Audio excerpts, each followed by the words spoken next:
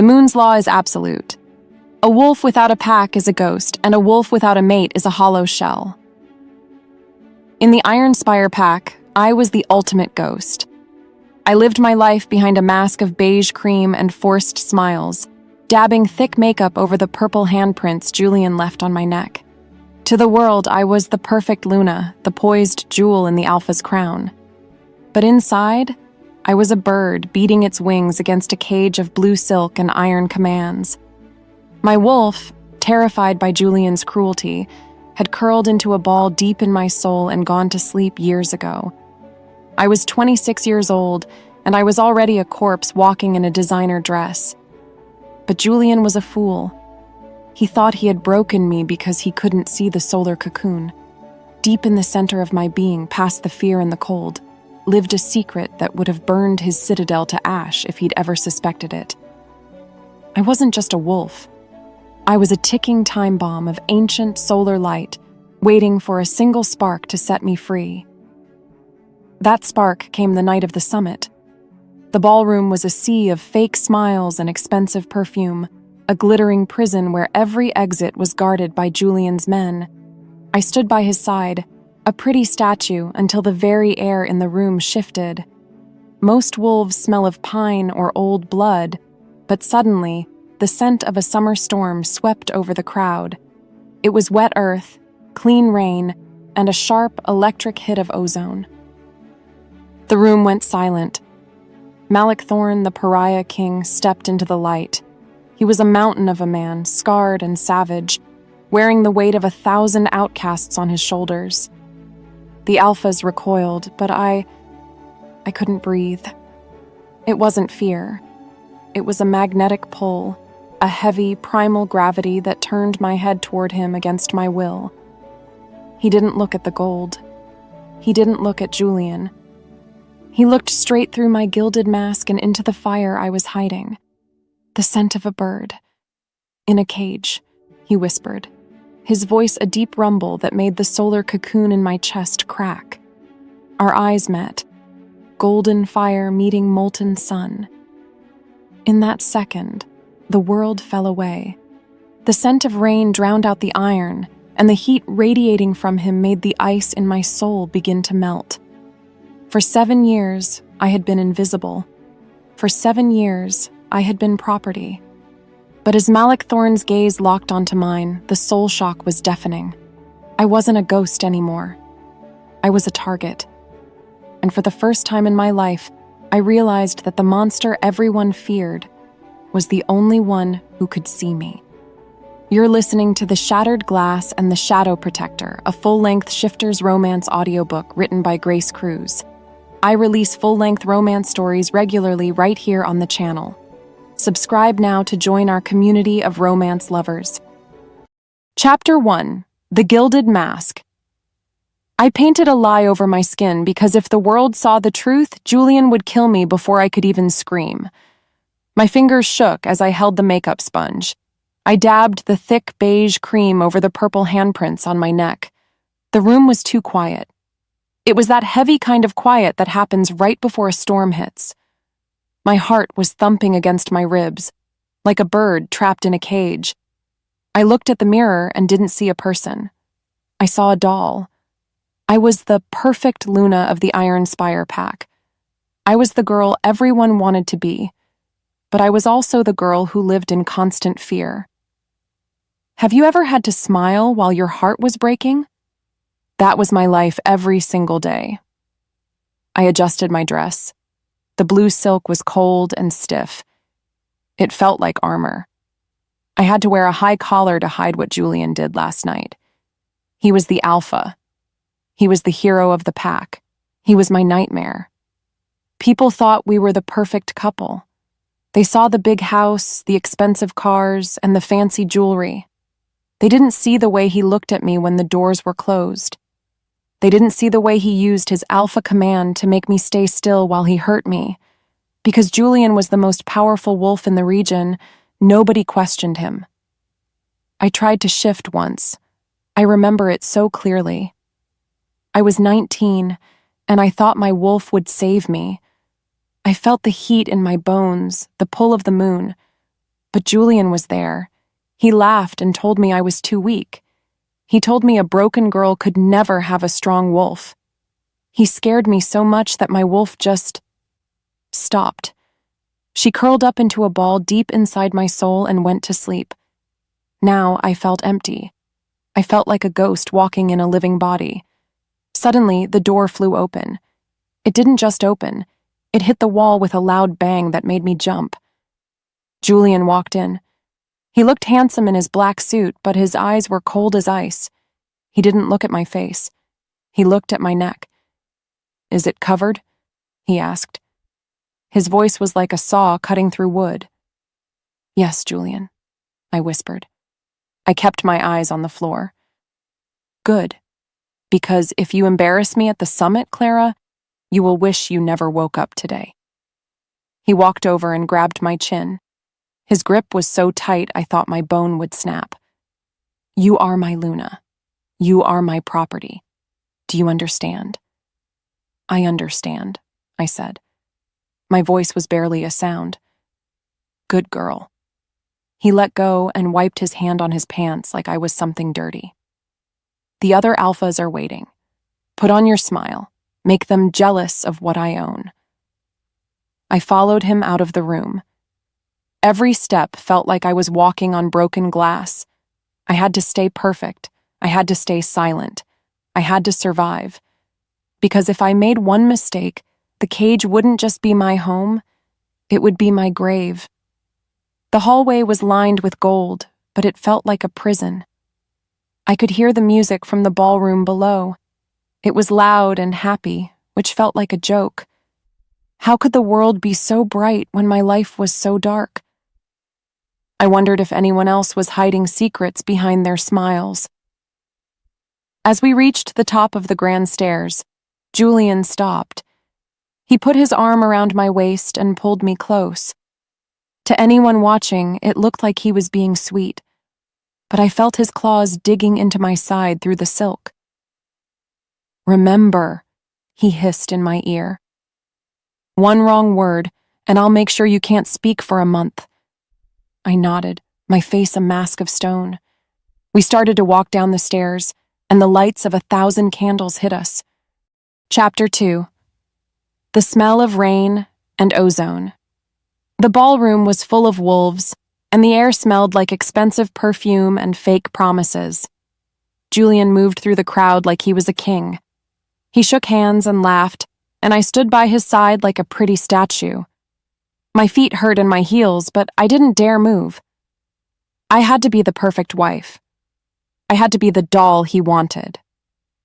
But deep inside, where my wolf was sleeping, I felt a strange tingle. It was small at first, like a tiny spark of heat in a frozen forest. Do you believe in fated mates? I used to. I used to think there was someone out there who would love me and keep me safe. But Julian was supposed to be my mate. Look how that turned out. "Luna Clara, you look radiant tonight," an old alpha said, bowing to me. "Thank you, Alpha Marcus," I said. My voice was smooth and fake. I've had years of practice. "It's an honor to have you here." "Julian is a lucky man," Marcus said, patting Julian on the shoulder. "I know I am," Julian said with a smirk. He pulled me closer, his fingers pinching my skin. "She's the best thing I ever bought."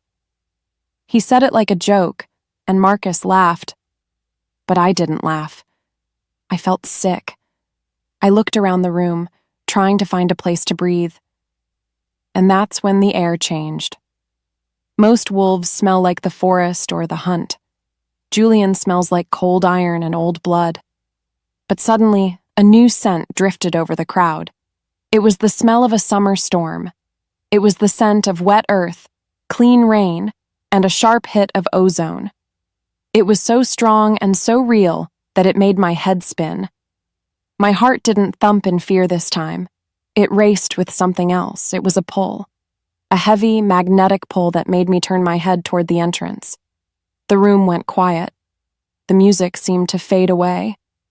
A man walked in, and he was massive. He didn't wear a fancy suit like the others. He wore dark leather and a heavy fur coat. His face was covered in scars, and his hair was dark and messy. This was Malik Thorne, the pariah king. The man everyone said was a monster. He didn't look at the alphas. He didn't look at the food or the gold. He stopped in the middle of the floor and his nostrils flared. He was searching for something. Then his eyes, golden and burning like two suns, locked onto mine. Because I was a Luna, I was used to people looking at me, but nobody had ever seen me. Malik didn't look at my dress or my jewelry. He looked straight into my soul. I felt his power wash over me like a wave. It wasn't the cold, mean power Julian had. It was warm. It was protective. It was sad. He walked toward us, and the crowd moved back like they were afraid. Malik stood right in front of us. He was so tall I had to tilt my head back to see him. Up close, the smell of rain was so thick I could almost taste it. "Alpha Vance," Malik said. His voice was a deep rumble that vibrated in my chest. "Thorne!" Julian spat. He stepped in front of me, trying to block Malik's view. "I didn't think you'd show your face here." "I go where I want," Malik said. His eyes never left mine, even with Julian in the way. He took a step to the side so he could see me again. "And I smell something that shouldn't be here." "And what's that?" Julian asked, his hand going to the knife at his belt. "The scent of a bird in a cage," Malik whispered. The air felt like it was about to explode. Julian growled, a low, mean sound, but Malik didn't flinch. He just kept looking at me with those golden eyes. For the first time in years, my sleeping wolf stirred. She didn't wake up, but she shifted in her sleep. She liked his scent. She liked him. I felt a tear sting my eye, and I quickly blinked it away. Malik saw it. I know he did. His jaw tightened and his hands balled into fists. "Clara is my wife," Julian hissed. "Stay away from her, or I'll finish what the High Council started with your pack." Malik didn't say a word.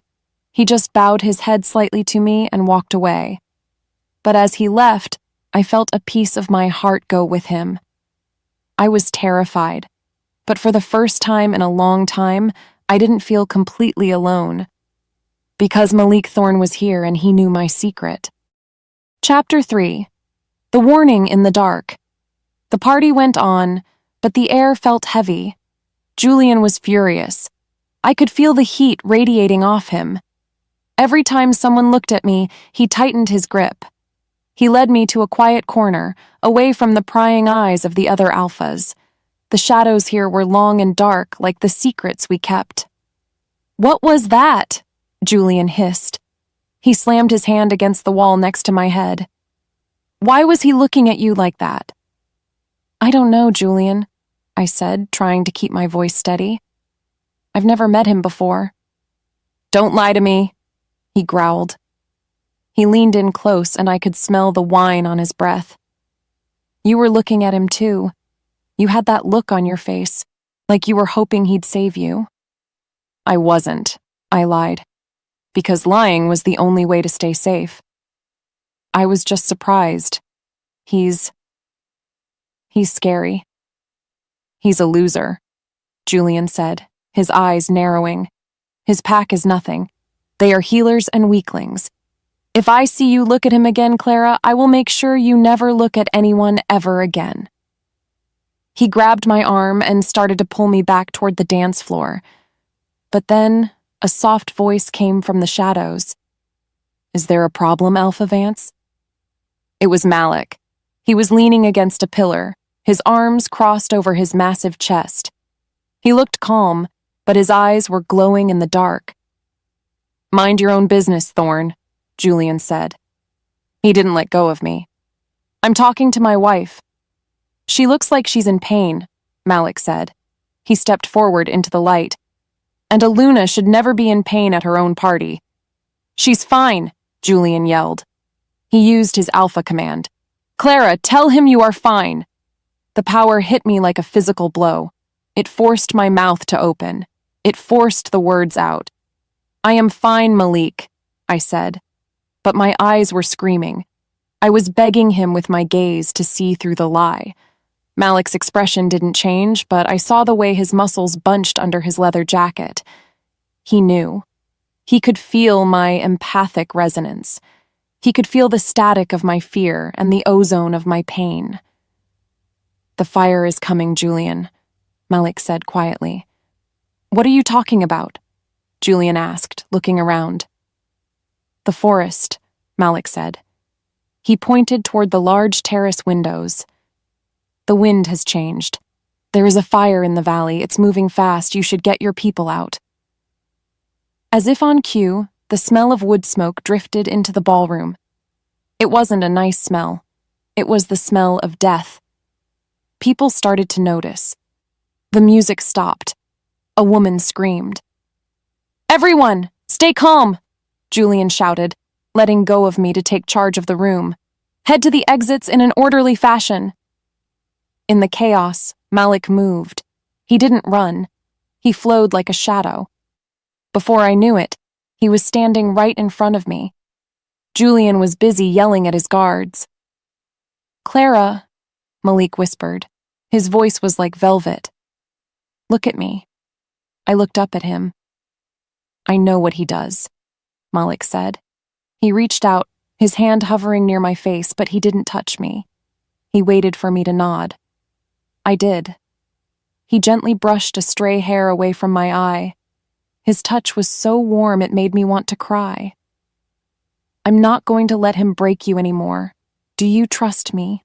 I don't know," I whispered. "The fire isn't an accident," Malik said, his golden eyes burning. "It's a distraction.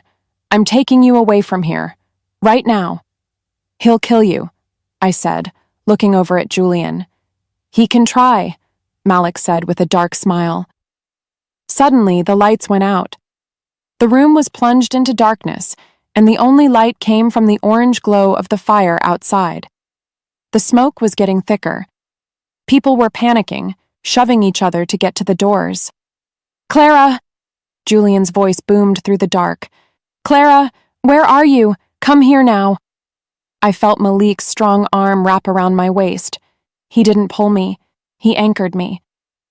"Close your eyes," Malik whispered. I did.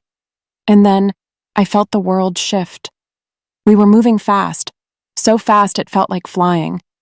I heard Julian's scream of rage behind us, but it was getting further and further away. For the first time in 7 years, the weight on my chest started to lift. Because Malik Thorne wasn't just kidnapping me, he was burning my cage down.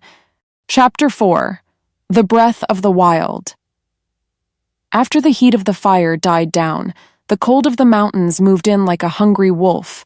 My lungs burned because the smoke was still thick in my throat.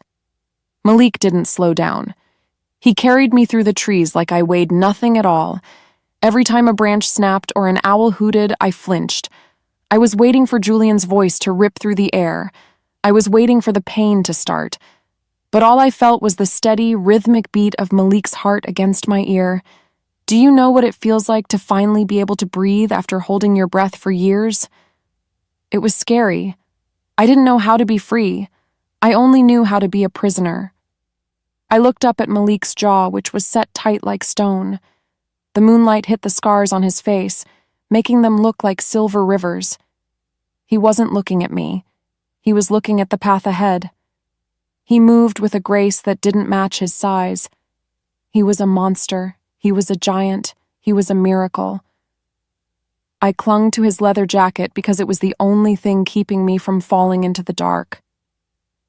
"We're almost there," Malik rumbled. His voice was low and gravelly. "Just a little further, Clara. Stay with me."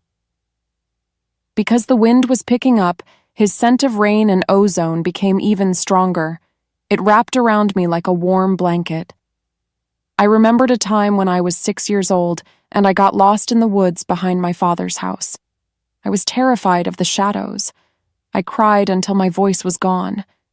But then, a large white wolf appeared and sat beside me until morning.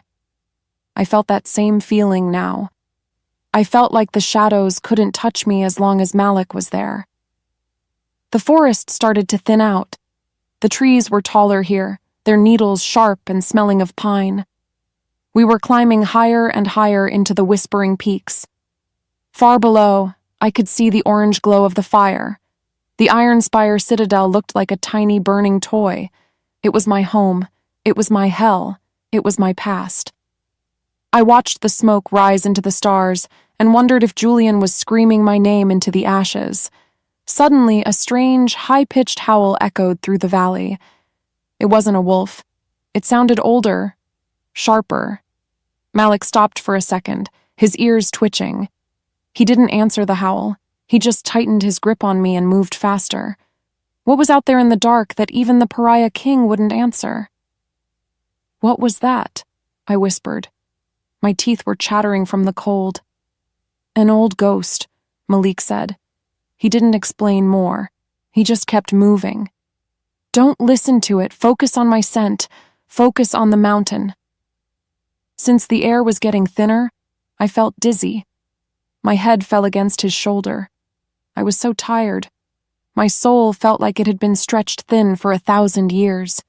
I closed my eyes for just a second, listening to the wind whistle through the rocks. Chapter 5: The House of Stone and Wood. While the moon hung low in the sky, we reached a small cabin tucked against the side of a massive cliff.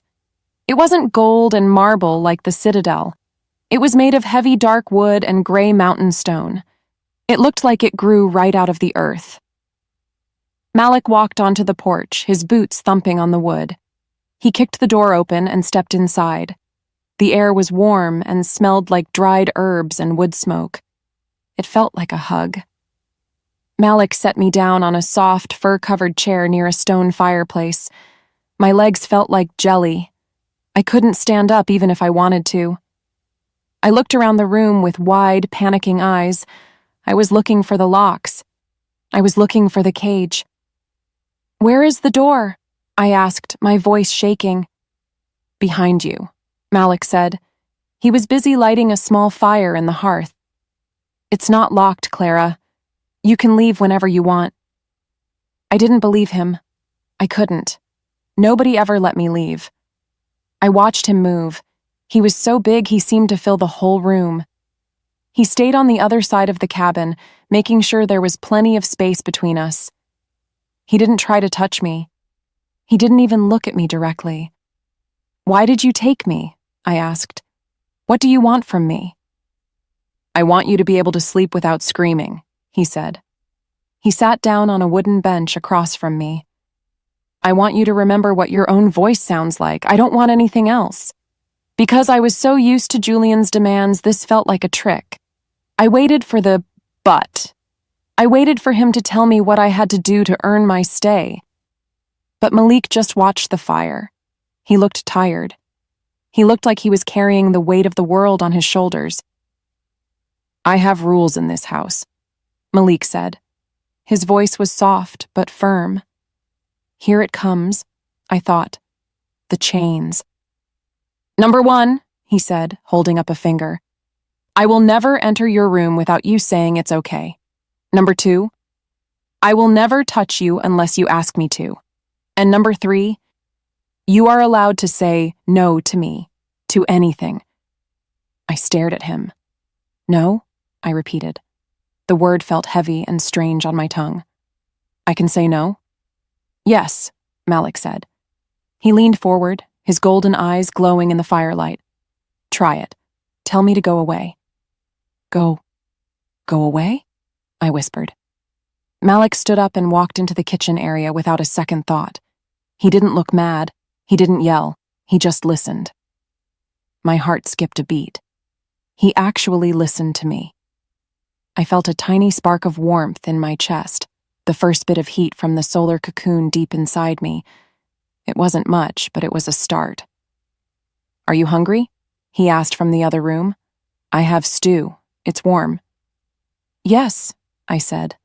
"Please." he brought over a wooden bowl. He didn't hand it to me. He set it on a low table and stepped back. He was giving me a perimeter of safety. He was acting like I was a wounded animal that might bite. And maybe I was. As I ate the warm, savory stew, I noticed something on Malik's forearm. It was a tattoo, or maybe a brand. It looked like a broken chain with a drop of blood. It was an open loop in my mind. What did it mean? Was he a prisoner once, too? Malik? I asked. Yes? Why do they call you the Pariah King? He looked at his hands, his face shadowed by the fire. Because I chose the broken over the powerful, he said. And because I have a monster inside me that doesn't play well with others. I wanted to ask more, but a sudden, sharp pain shot through my head. Chapter 6. The Ghost in the Air. When the clock on the mantel struck midnight, the air in the cabin suddenly turned cold. I dropped my spoon, the wooden bowl clattering to the floor. The stew spilled, but I didn't care. I clutched my head because it felt like a hot needle was being driven into my brain. I knew this feeling. It was the alpha command. Clara. The voice didn't come from the room. It came from inside my mind. It was Julian. He was using a calling. It was a high-level psychic link that only a fated mate, even a fake one, could use. He was screaming for me to come back. He was telling me I was his. He was telling me that Malik was going to kill me. No, I whimpered, curling into a ball on the chair. Stop it. Get out. Malik was across the room in a second. He didn't touch me, but he stood close, his power radiating off him like a shield. He growled, a deep, primal sound that vibrated through the floorboards. He was trying to block the signal. He was fighting a war I couldn't see. He's in my head, I screamed. Julian is in my head. Look at me, Clara, Malik shouted. Focus on my voice. He's not here. He's miles away. Because the link was so strong, I could see a flash of a vision. I saw Julian standing in the ruins of the ballroom. He was holding a glowing silver orb, an ancient relic of the Iron Spire pack. His face was twisted with rage. He looked like a demon. I will find you, Julian's voice roared in my skull. I will burn the mountains to find you, and when I do, I will lock you in a dark room until you forget how to breathe. The pain was too much. I felt like my brain was going to melt. But then, Malik did something unexpected. He started to hum. It wasn't a song. It was a low, steady frequency. It was empathic resonance. He was sending me his calm. He was sending me his strength. Slowly, the white light in my eyes faded. The voice of Julian turned into a distant whisper, and then silence. I fell forward, exhausted. Malik caught me before I hit the floor. For a split second, he broke his rule and held me. His arms were like iron bands, but they didn't hurt. They felt like a fortress. I've got you, he whispered into my hair. He can't reach you here. My pack territory is warded against his kind of magic. I looked up at him, my vision blurry. He has the orb, I whispered. He's going to come for us. Let him come, Malik said, his golden eyes flashing with a dangerous light. He's never fought a man who has something to lose. Malik carried me to a small bedroom in the back. He laid me on the bed and pulled a heavy wool blanket over me. He walked to the door and stopped. Sleep, Clara, he said. Tomorrow we start the work. Tomorrow you find your wolf. I watched him close the door. I lay there in the dark, listening to the mountain wind. I felt safer than I ever had, but I also felt a deep, chilling fear.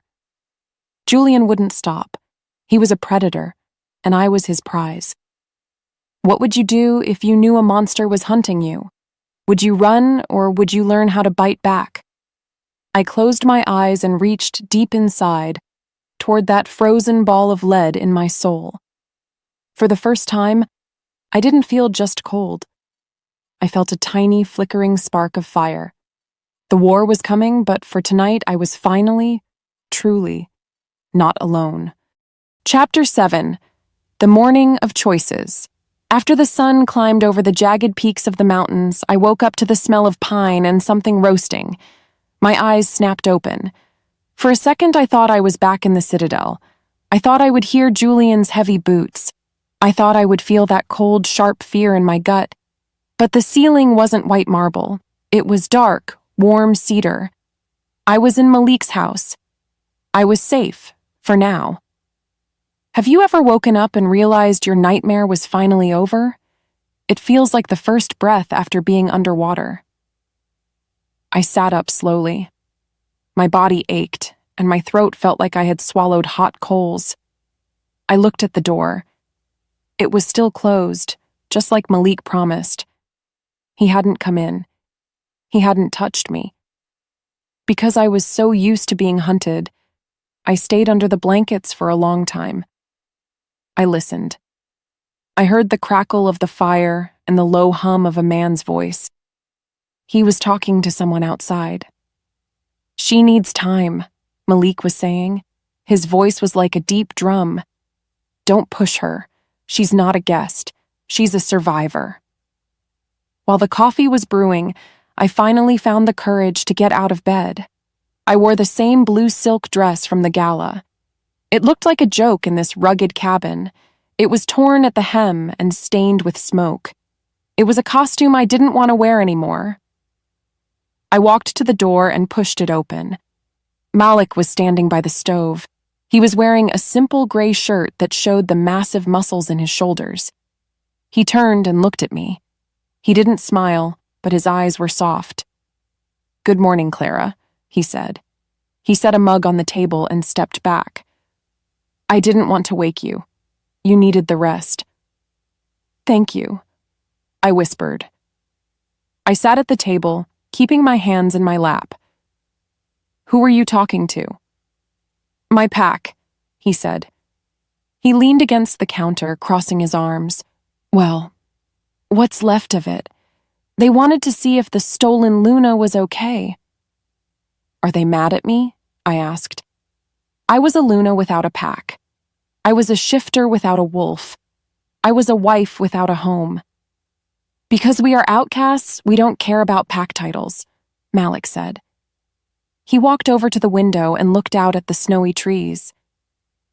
"They don't see a Luna. They see a woman who needed a hand. My pack is made of people Julian threw away. They know what it's like to be broken." Because Malik moved with such purpose, everything he did felt important. He picked up a small wooden box and set it on the table. Inside were dried flowers and a strange, shimmering stone. "This is lunar salt," he explained. "It helps keep the mind clear. I want you to carry a piece. Julian will try to call you again. This will help you say no to his voice." I picked up the stone. It was cold and buzzed against my skin. "Why are you doing this, Malik? Why help me?" He looked at me then, really looked at me. "Because nobody helped me when I was losing my mind," he said. "And because your wolf isn't dead, Clara. She's just hiding. I want to meet her." I looked at the tattoo on his arm again, the broken chain. I wanted to ask what happened to him, but I was too scared to break the peace. I had so many questions, but I didn't want the answers to hurt. What would you do if a man treated you like a person for the first time in your life? I didn't know what to do, so I just drank my coffee. The heat felt good. It felt real. But outside, the wind was starting to howl, and it didn't sound like the wind at all. Chapter 8. The Outcast Pack. Since I was still scared of the world outside, I followed Malik closely as he led me down a winding trail. The snow was deep, and my thin heels were useless. Without saying a word, Malik stopped and pulled a pair of thick, fur-lined boots from his pack. "Put these on," he said. "The mountain doesn't care about fashion." I changed my shoes, and for the first time, my feet felt warm.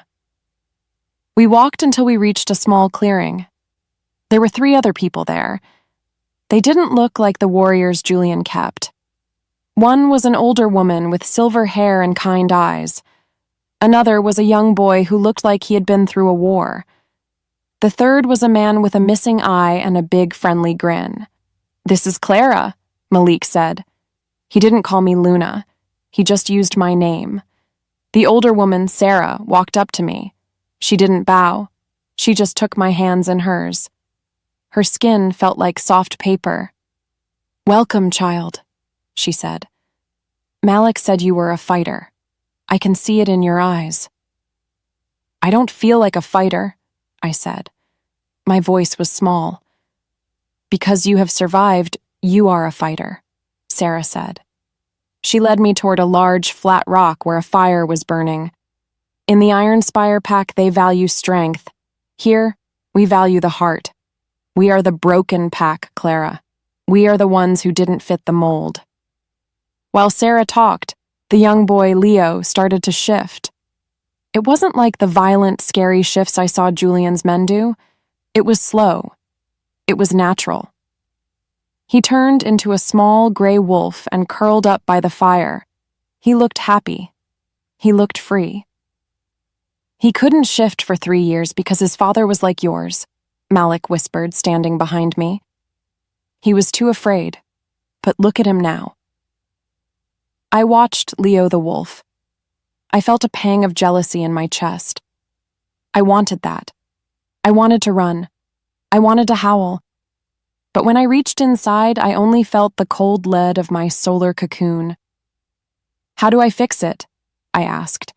I turned to Malik. "How do I make her wake up?" "You don't fix a wolf, Clara," Malik said. He sat down on the snow, his massive frame making Leo look tiny. "You make the world safe enough for her to want to come out. A wolf is a mirror of your soul. If your soul is in a cage, she will stay in a cage." Because I was surrounded by these kind people, I felt a little bit of the ice in my heart melt. They shared bread and honey with me. They told stories of the mountain. They didn't ask me about Julian.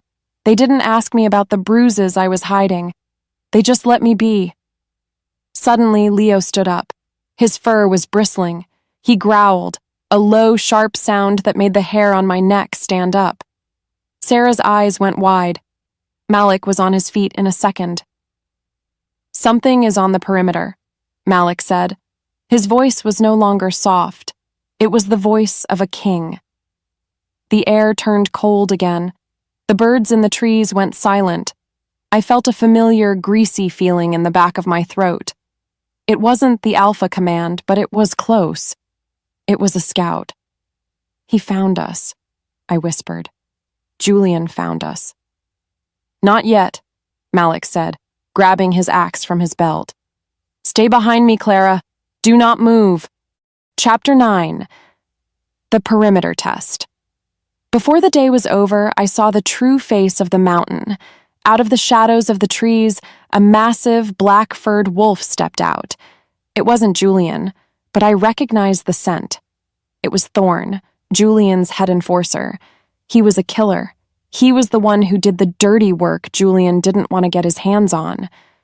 The black wolf growled, his yellow eyes locked on me. He took a step forward, his claws digging into the frozen dirt. "Give her back, Thorn," the wolf's voice echoed in our minds. "The Alpha wants his property. If you hand her over now, maybe he won't kill your whole pack." Malik didn't flinch. He stood his ground like a giant oak tree. He didn't growl back. He just stared. "She's not property," Malik said, "and you're on the wrong side of the border. Because you are a pariah, you think you have rights?" The enforcer laughed in our heads. "You have nothing. You have a bunch of cripples and a broken girl. Move or die." The black wolf lunged. He was fast, a blur of fur and teeth. I screamed and covered my face. I expected to hear the sound of Malik getting hurt. I expected the pain. But instead, there was a loud thud. I opened my eyes and saw Malik holding the massive wolf by the throat with one hand. He hadn't shifted. He was still human, but his strength was terrifying. He slammed the enforcer into a tree, the wood cracking under the impact. "Listen to me carefully," Malik said. His voice was a low snarl that made the ground shake. "Go back to your master. Tell him that Clara is under my protection. Tell him that if he sends another scout, I won't just send them back, I'll send them back in pieces." He threw the wolf toward the trail. The enforcer scrambled to his feet, his tail between his legs. He didn't stay to fight. He knew he was outmatched. He disappeared into the trees without a sound. Since the danger was gone, Malik turned to me. His breathing was heavy. His eyes were still glowing golden. I was shaking. I was waiting for him to turn that anger on me. That's what Julian would do. He would be mad that I caused the trouble. "Are you okay?" Malik asked. He reached out his hand, then remembered his rule and pulled it back. You didn't hit me," I whispered. "Why would I hit you?" he asked, looking confused. "Because he came for me. Because I brought trouble to your house." "Clara, look at me," Malik said. He walked closer until I could feel the heat of his body. "You are not the trouble. He is. I chose this. I chose to protect you because it's the right thing to do. I don't want a price for it." I looked at him, and I felt something crack inside me. It wasn't the solar cocoon, but it was the wall I had built around my heart. I started to cry. I didn't cry because I was sad. I cried because I was overwhelmed. Malik stood there and let me cry. He didn't tell me to shut up. He didn't tell me to be strong. He just stayed there like a shield. What would you do if someone fought for you and asked for nothing in return? In that moment, I realized Malik Thorne wasn't just a kidnapper. He was a hero, and Julian Vance wasn't just my husband.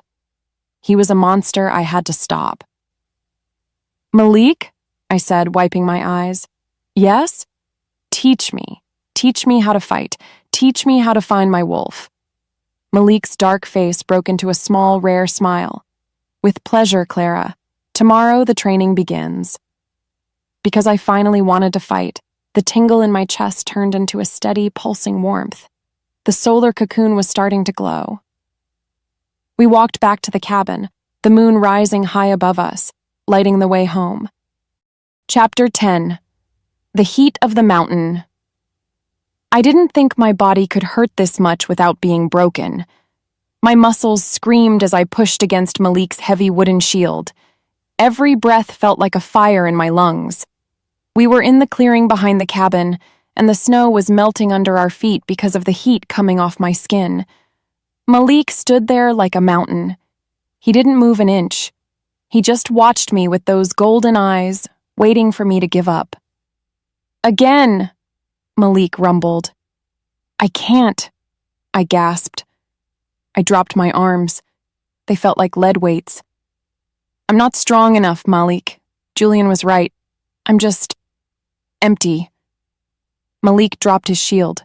He walked over to me, stopping just a few inches away. I could feel the heat radiating off him like a furnace. It was a good heat. It was a safe heat. "Julian lied because he wanted you to stay small," Malik said. His voice was soft but intense.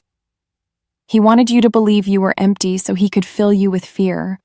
But I feel it, Clara. Your wolf isn't dead. She's just waiting for you to believe in yourself."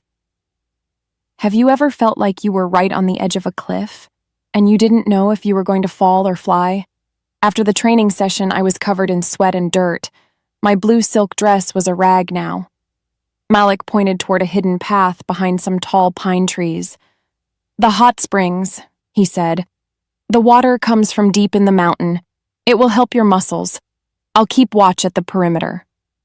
While I walked into the steam, my heart started to race. The springs were beautiful. The water was a clear, shimmering blue, and the air smelled like sulfur and ancient stone. I peeled off the ruined dress and stepped into the water. Oh, it was heaven. The heat soaked into my bones. I closed my eyes and let my head fall back against a smooth rock.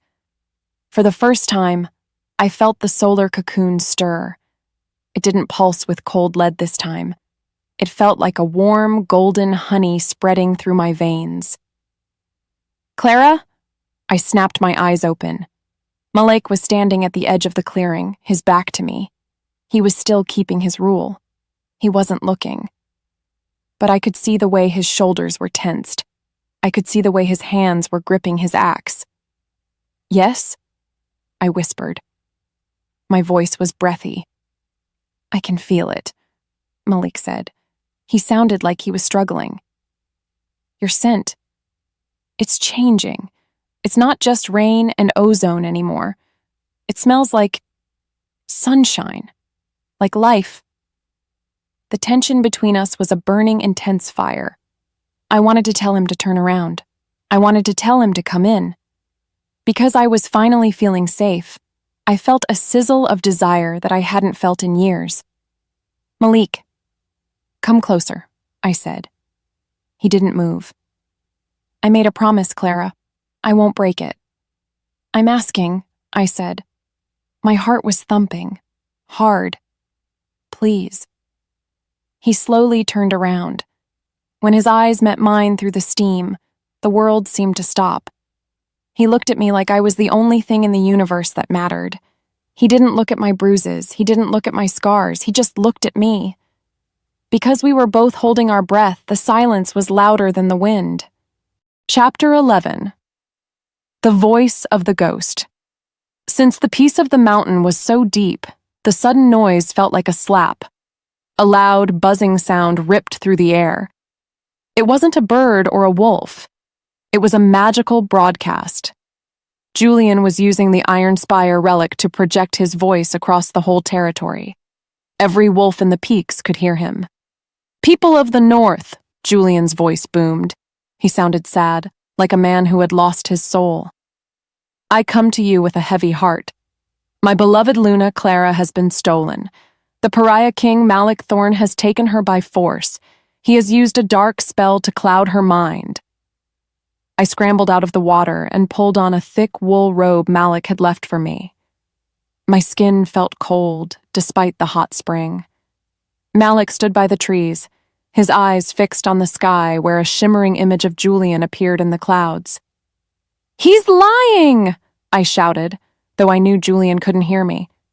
Malik Thorn is a monster! Julian's image roared. He is dangerous. I am moving my army to the base of the Whispering Peaks. I will not stop until my wife is returned to her rightful place. Anyone who helps him will be treated as a traitor. Clara, if you can hear me, I am coming to save you. The image faded, leaving the sky dark and gray. The silence that followed was terrifying.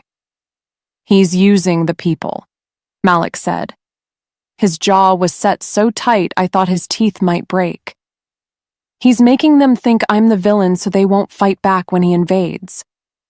They won't believe him, will they? I asked. I walked over to Malik, my hands shaking. Because Julian has the High Council on his side. They might, Malik said. He looked down at me, and I saw a flash of that berserker rage in his eyes. My people are already being hunted. He's moving his military to the base. They'll be here by morning. Before the sun could set, I felt a wave of guilt wash over me. Julian was going to burn this beautiful place just to get to me. He was going to kill Sarah and Leo and the man with the missing eye, all because I was his property. I should go back, I whispered. Malik grabbed my shoulders. He didn't do it to hurt me. He did it to ground me. No. You go back and you die, Clara. Or worse, you live as a ghost again. We fight. We stand our ground. But I have no power, I cried. I'm just a broken Luna. You are not broken, Malik yelled. His voice echoed off the rocks. You are the solar phoenix. You just have to find the courage to speak your truth. I looked at him, and for a second I saw a vision of my own wolf. She was bright. She was golden. She was fierce. What would you do if the world told you that you were a victim, but the man you loved told you that you were a queen." I took a deep breath. I felt the static in the air. Julian was close. I could feel his greasy presence at the edge of my mind. But this time, I didn't hide. Chapter 12.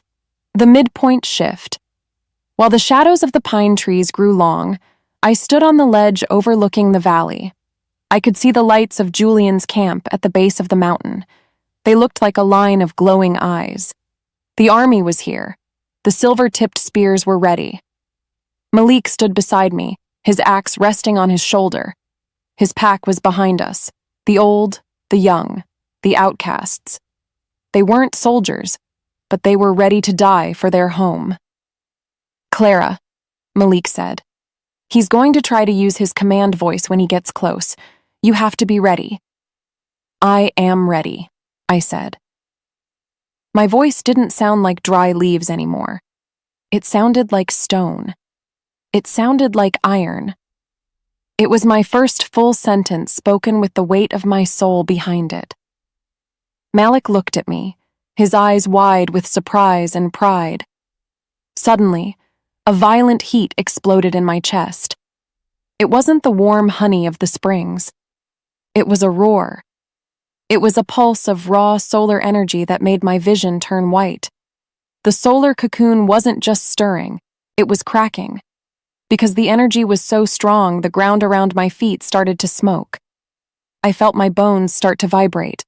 I felt my wolf screaming to be let out. "Malik!" I gasped, clutching my chest. It's happening! The heat! It's too much!" "Embrace it, Clara," Malik shouted over the wind. "Don't fight the fire! Be the fire!" I looked down at my hands. They were glowing. A faint golden light was seeping through my skin. I wasn't just a girl anymore. I was a ticking time bomb of ancient power. Julian's voice drifted up the mountain, thin and cruel. "Come home, Clara. Your cage is waiting." I stood tall. I didn't bow. I didn't scream. I just felt the power building, a mountain of light waiting to be unleashed. The first act of the war was over. The second act was about to begin. And this time, I wasn't the prey.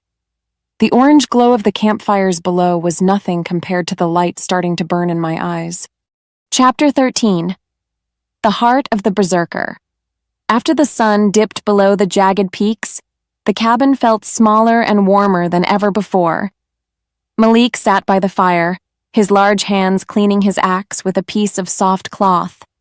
The orange light danced on his face, making his scars look like deep, dark valleys. Because the air was so thick with the coming war, every sound seemed louder. The crackle of the wood, the whistle of the wind, and the heavy thud of my own heart.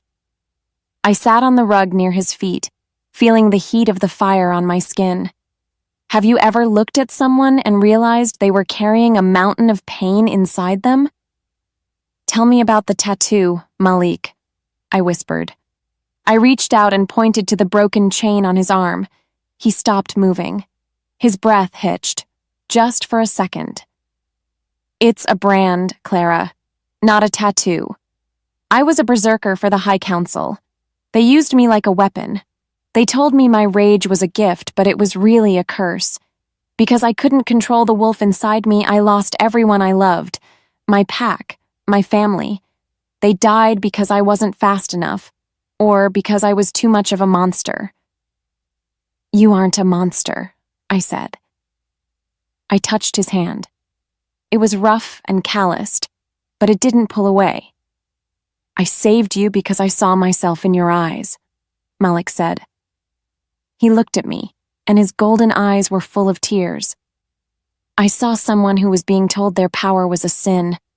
I couldn't let another wolf die in silence. I chose this pariah life so I could heal people instead of hurting them.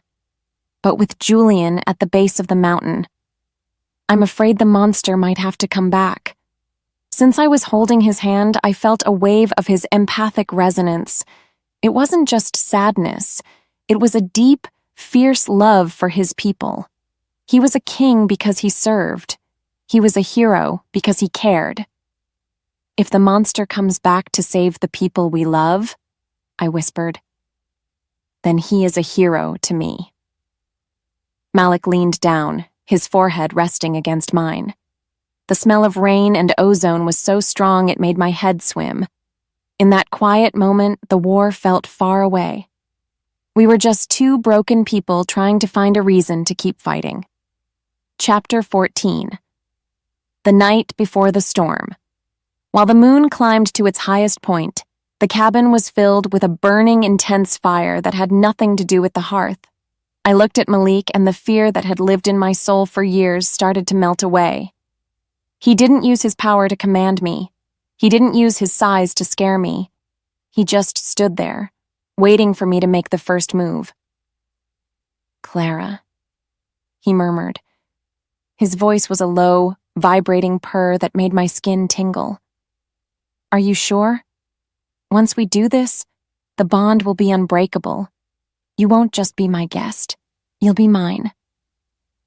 "I've spent my whole life being property, Malik," I said. I reached up and cupped his face. "But with you, I want to be a partner. I want to be yours because I choose it, not because a collar forces me to." He didn't wait any longer. He scooped me up and carried me to the bed. The kiss was slow, so slow it felt like a dream. It was gentle, then hungry, then desperate. Every touch was a question, and every breath was an answer. My skin felt like it was on fire, but it was a good fire. It was the kind of fire that cleanses and heals. Because we were fated mates, the connection was like an electric shock. I could feel his heartbeat in my own chest. I could see flashes of his memories, the cold mountains, the lonely years, and the moment he first smelled my scent at the summit. I gave him everything. My fears, my hopes, and the secret warmth of my solar cocoon. "Mine," he growled against my neck. It wasn't a threat. It was a promise. "Yours," I whispered back. We stayed wrapped in each other's arms for a long time. The world outside was full of silver spears and angry alphas, but in this room, we were safe. I felt the gold in my soul grow brighter. I felt my wolf stretching her legs. She liked him. She trusted him. Chapter 15. The Pulse of Pain. When the clock struck 3 in the morning, a blinding flash of silver light ripped through the darkness. It didn't come from the windows. It came from the very air around us. I sat up, screaming, because it felt like my skin was being peeled off. Malik jumped out of bed, his eyes glowing bright gold. He snarled at the empty air, his claws extending from his fingers. "He's doing it!" I shrieked. "Julian is using the orb!" Suddenly, a massive pulse of magic hit the cabin. It was a psychic wave of alpha command so strong that the wooden walls groaned. Julian's voice boomed inside my head, not as a whisper, but as a physical weight that forced me to the floor. "Clara, obey!" The pain was unimaginable. It felt like a hot iron was being pressed into my brain. Because the Iron Spire orb was an ancient relic, its power could reach across borders and wards. It was a tether. It was a leash. It was pulling on the lead ball in my soul, trying to drag me out of the cabin and down the mountain. "I've got you," Malik yelled. He threw himself over me, trying to use his own body to block the magic. "Clara, fight it! Don't let him in!" I can't," I sobbed. I was clawing at my own head. My vision was turning red. "It hurts so much. He's calling me back. He's telling my wolf she belongs to him." I saw a vision of the base of the mountain. Julian was standing there, holding the glowing silver orb high above his head. He looked like a king of shadows. He was laughing because he knew I was suffering. He was hurting me just to prove he could. "You are nothing without me," Julian's voice roared in my mind. "You are a broken toy. Come back to your master." Since the pain was so bad, I felt my heart start to slow down. I was dying. The link was too strong. My wolf was crying, a high, thin sound of absolute despair. Malik growled and punched the floor. his frustration turning into raw berserker rage. "Julian!" Malik screamed at the ceiling. "Stop this! Take me instead! Leave her alone!" But Julian didn't stop. The pulse came again, wham, like a hammer to the soul.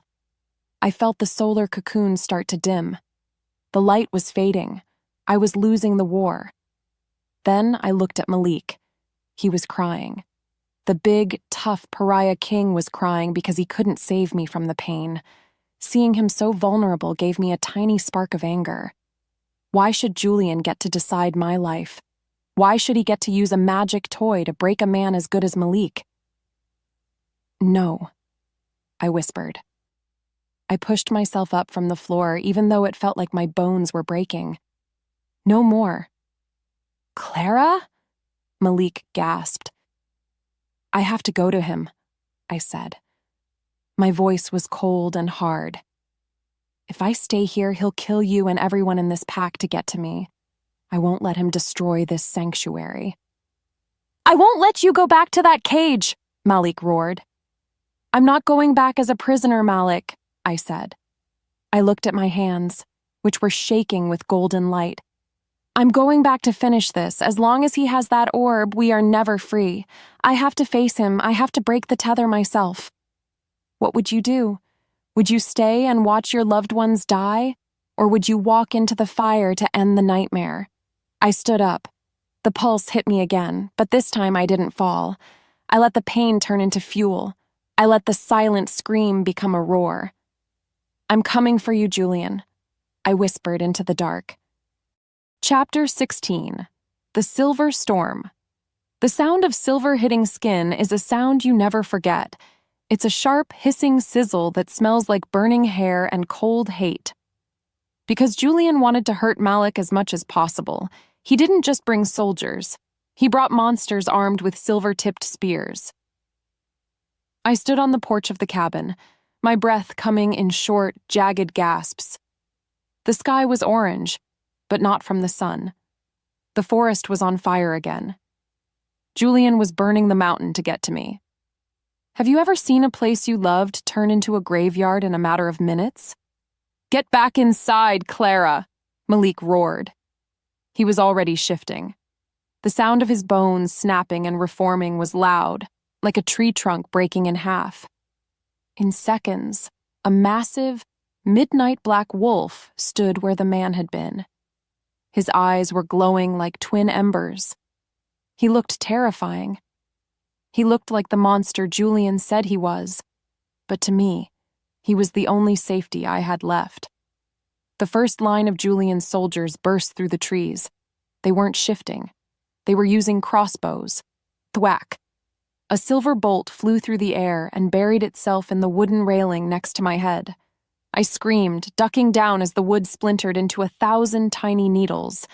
Malik lunged. He was a blur of fur and fury, knocking 2 soldiers to the ground before they could reload. Because silver is poison to our kind, Malik had to move twice as fast to stay alive. I watched him tear through the line, his growls shaking the very earth beneath my feet. But there were too many of them. For every soldier Malik knocked down, 3 more stepped out of the shadows. "Malik, watch out!" I cried.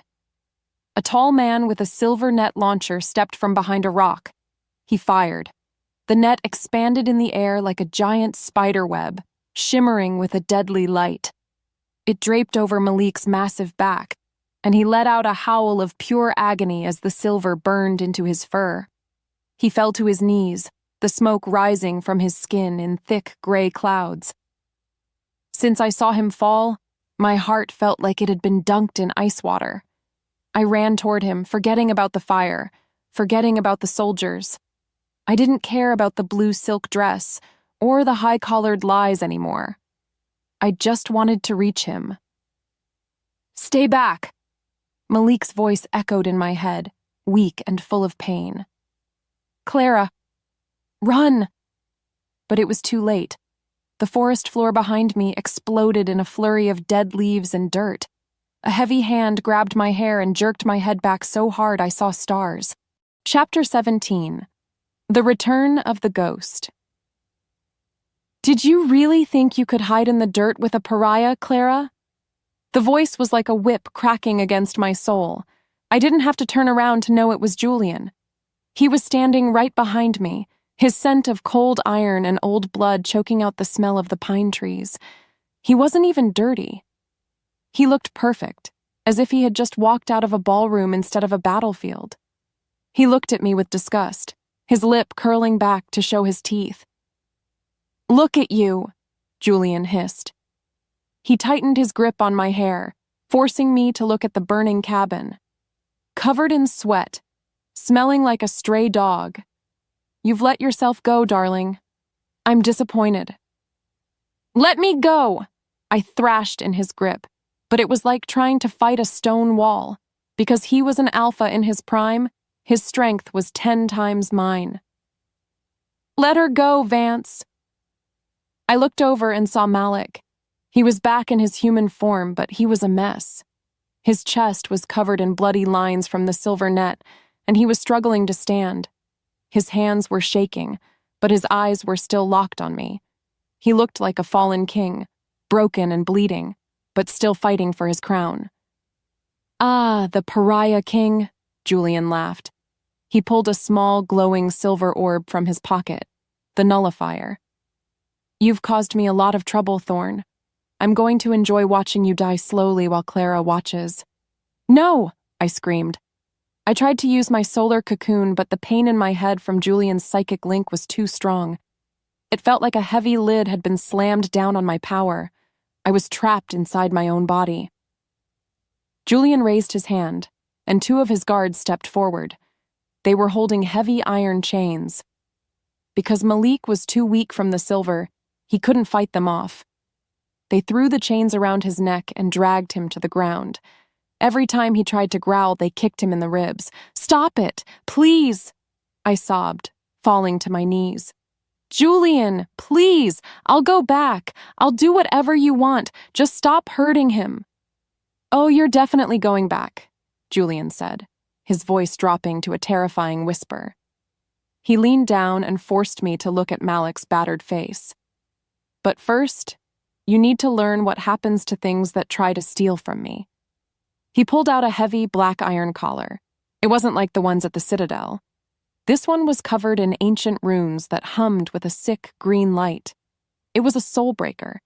Chapter 18. The Shadow of the Collar. The world went quiet as Julian held the collar toward my neck. I could hear the crackle of the fire and the distant screams of the pack, but they felt miles away. This was it. This was the moment the cage would close forever. Because I had tried to be free, Julian was going to take away my very soul. "This is for your own good, Clara," Julian said. He sounded almost kind, which was the scariest part. "It will keep that pesky wolf of yours quiet. You won't have to worry about shifting or feeling that anything. You'll just be my perfect silent Luna again." "I hate you," I spat. I looked him right in the eye, my face wet with tears. "I would rather die than be your Luna." Julian's face twisted into a mask of pure rage. He backhanded me, the blow spinning me onto the dirt. My head hit a rock, and for a second, the world went black. When I opened my eyes, the green light of the collar was inches from my throat. "You don't get to die," Julian growled. "You get to obey." I looked over at Malik. He was pinned to the ground by 4 guards. He was watching me, his eyes full of a grief so deep it made my heart shatter. He was mouthing something. I couldn't hear him, but I knew what it was. "I'm sorry." He was sorry he couldn't save me. He was sorry the monster Julian described was the only version of him that could fight. Have you ever felt the exact moment hope dies? It feels like a cold wind blowing out a candle. Julian clicked the collar shut. Clack. The green light surged into my skin, and I felt a scream tear out of my throat. It wasn't a scream for help. It was the sound of my inner wolf being smothered. It felt like drowning in thick black oil. The warmth of the solar cocoon vanished. The tingle of the fated mate bond with Malik went silent. I felt empty. I felt cold.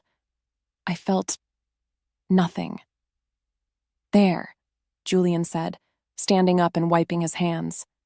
Much better. Now, burn the rest of this trash heap. We're going home. I sat in the dirt, my eyes staring at nothing. I didn't fight when the guards grabbed my arms. I didn't cry when they dragged Malik away toward a waiting cage. I was a doll again. I was a shell. I was the perfect Luna, and the fire in the valley was the only thing left of my dreams. The smoke rose high into the night sky, turning the stars into tiny, fading pinpricks of light. Chapter 19.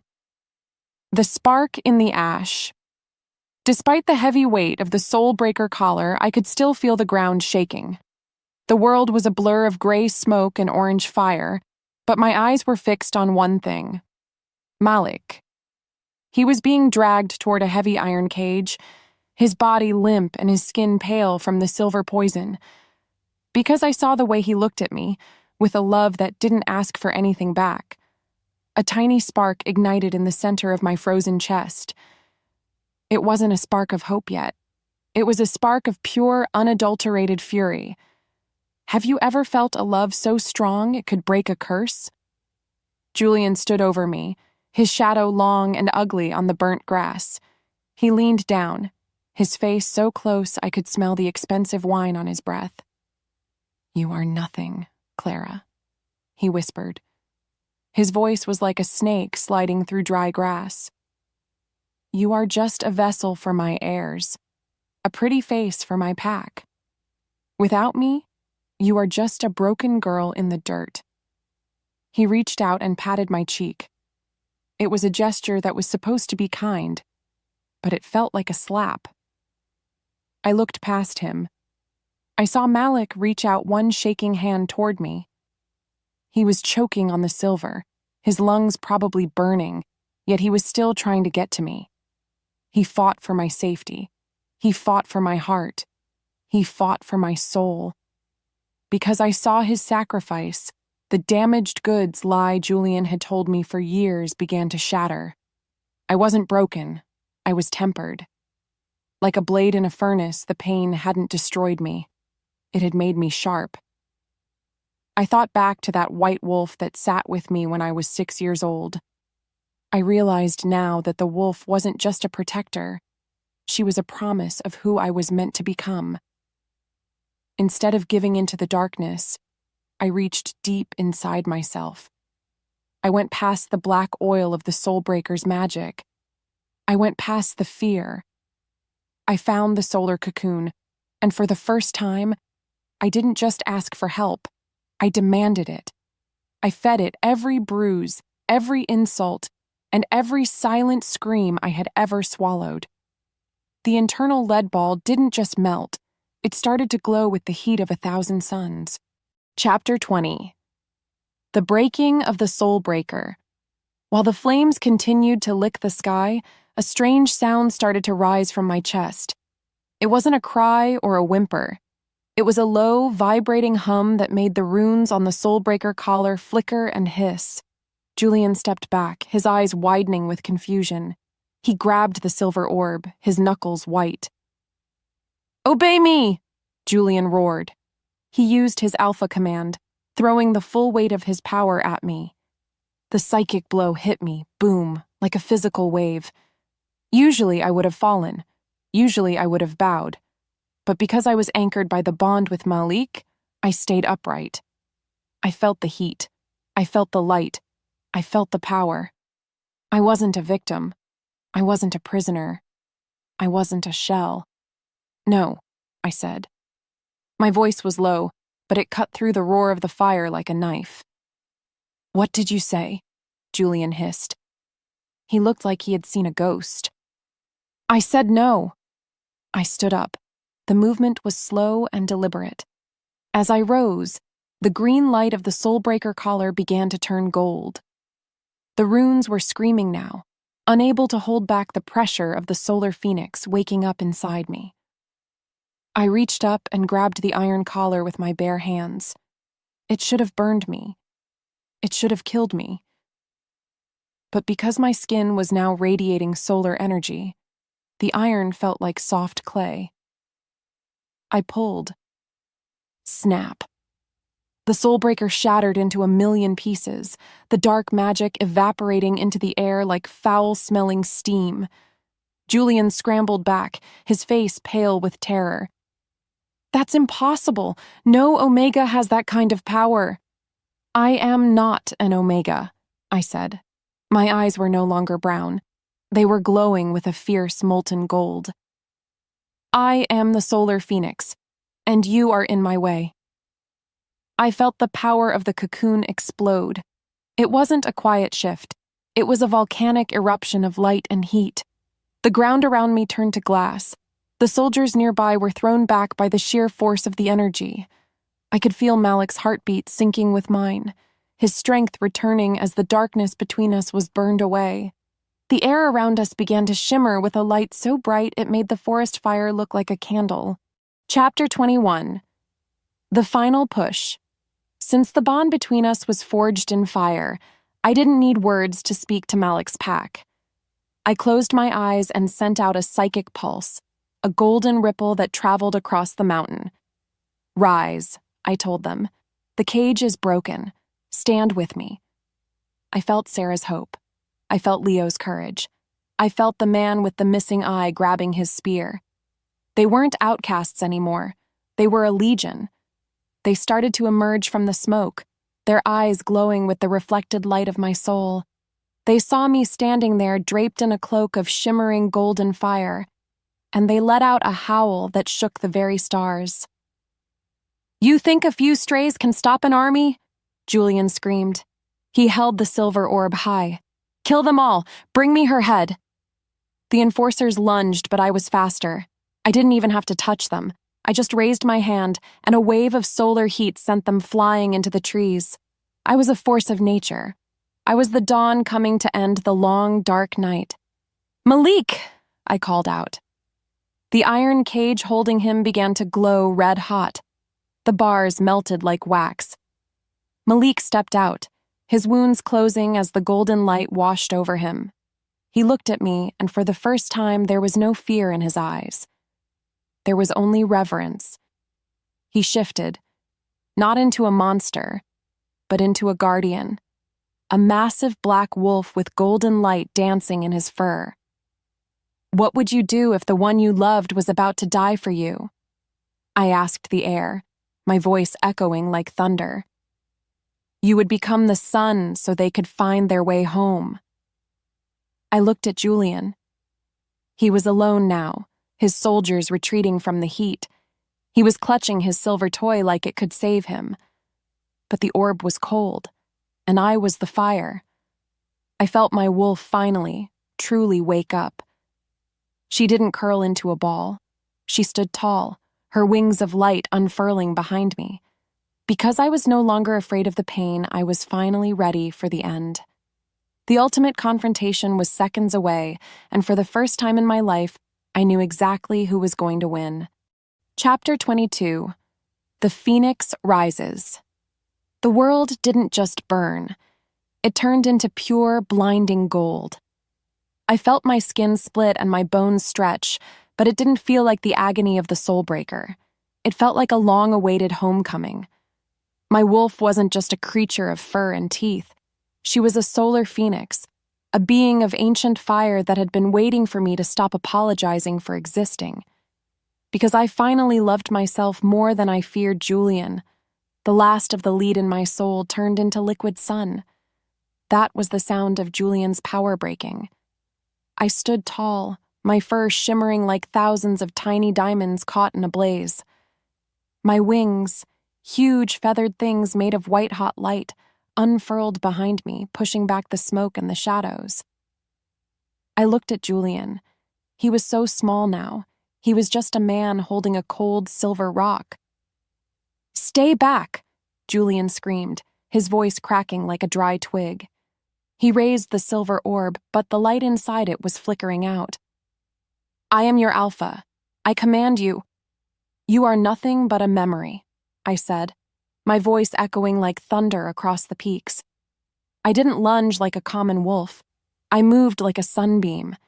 In one swift motion, I was standing over him, the heat from my paws melting the snow into steam. I reached out and bit down on the silver orb. Crunch. The relic that had kept me in a cage for 7 years shattered like cheap glass. The dark magic hissed as it touched my light, disappearing into the wind until there was nothing left but dust. Beside me, Malik let out a roar that shook the very foundations of the mountain. He wasn't the monster anymore. He was my king. He moved with a primal grace, his black fur glowing from the light reflecting off my wings. He stood between the Ironspire soldiers and the outcasts, his mere presence enough to make the enforcers drop their spears. "The bond is broken!" Malik's voice boomed in everyone's mind. "The Phoenix has risen! Look at your alpha and tell me what you see!" Because the truth was now as bright as the sun, the soldiers looked at Julian. They saw a man crawling in the dirt, begging for a life he had spent years destroying. They didn't see a leader. They saw a bully who had lost his stick. One by one, the Ironspire guards turned their backs on him. They walked toward Sarah, toward Leo, toward the people they were told were pariahs. "Wait!"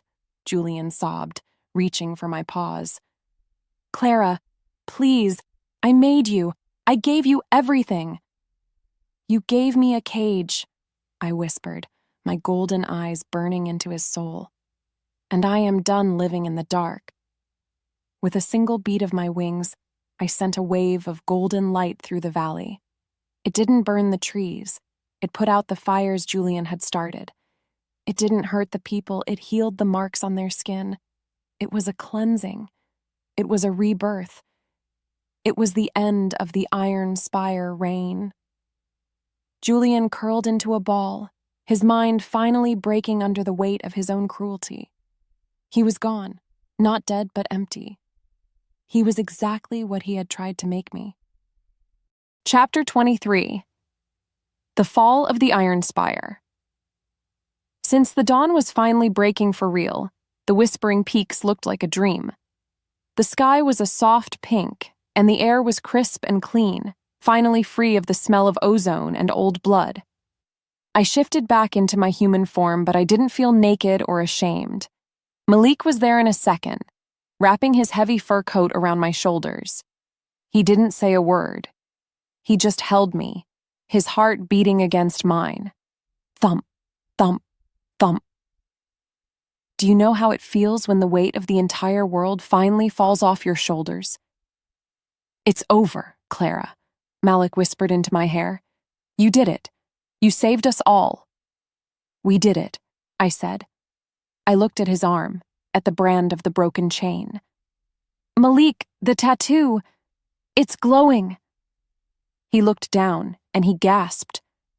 The brand wasn't a dark scar anymore. It was a shimmering silver line, healed by the Phoenix's light. The open loop of his past was finally closed. He wasn't a berserker weapon anymore. He was a free man.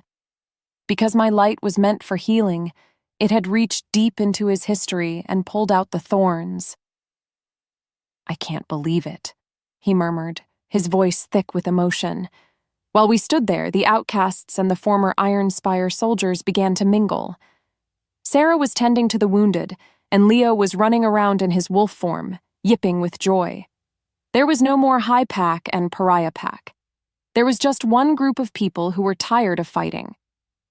"What happens to the Citadel?" I asked, looking toward the distant, cold fortress. "We turn it into a sanctuary," Malik said, his golden eyes shining. "A place where no wolf is ever told they are broken.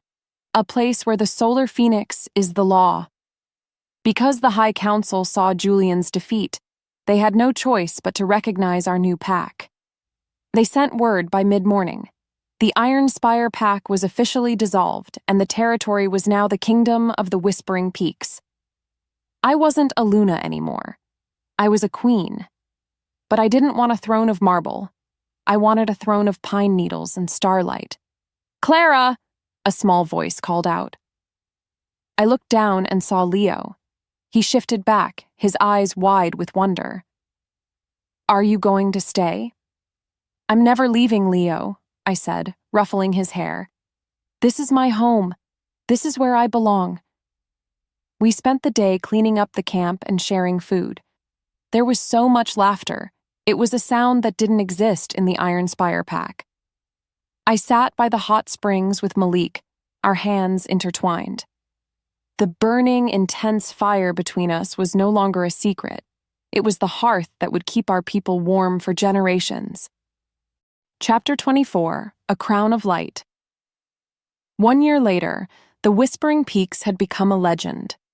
Wolves from all over the world came to our borders, looking for the healing that only the Solar Queen could give. The Citadel was no longer a prison. It was a school and a hospital. We kept the windows open, and the smell of jasmine and pine drifted through every room. I stood on the high balcony, looking out at the green valley below.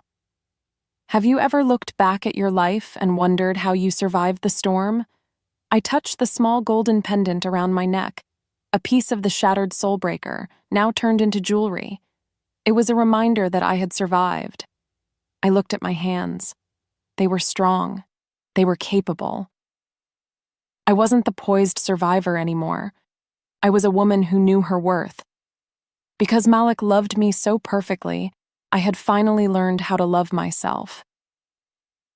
"The delegates are waiting, my queen," a voice rumbled from behind me. I turned and smiled at Malik. He looked more like a king every day. He wasn't the scarred outcast anymore. He was the protector of the North. He walked over and wrapped his arms around my waist, his scent of rain and ozone still making my head spin. "Let them wait 5 more minutes," I said, leaning back into him. "They want to hear the story again," Malik whispered. "The story of the girl who burned down her own cage." "It's not just my story anymore," I said, looking out at the children playing in the meadows. "It's their story too. It's the story of every wolf who was told they weren't enough." Because our bond was faded, I could feel his pride in every beat of his heart. We had built something real, something that wouldn't shatter. We had taken the shattered glass of our lives and turned it into a crown. I reached deep inside, and I felt my wolf. She was basking in the sun of my soul, her golden wings tucked in, finally at peace. "I love you, Malik," I whispered. "And I love you, Clara," he said. He kissed my forehead, a soft, lingering touch. Always.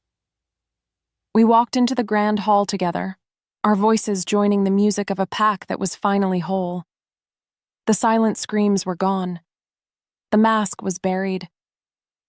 I looked at the horizon, where the sun was setting in a blaze of glory. What would you do if you were finally home?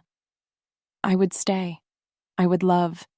And I would never, ever be silent again.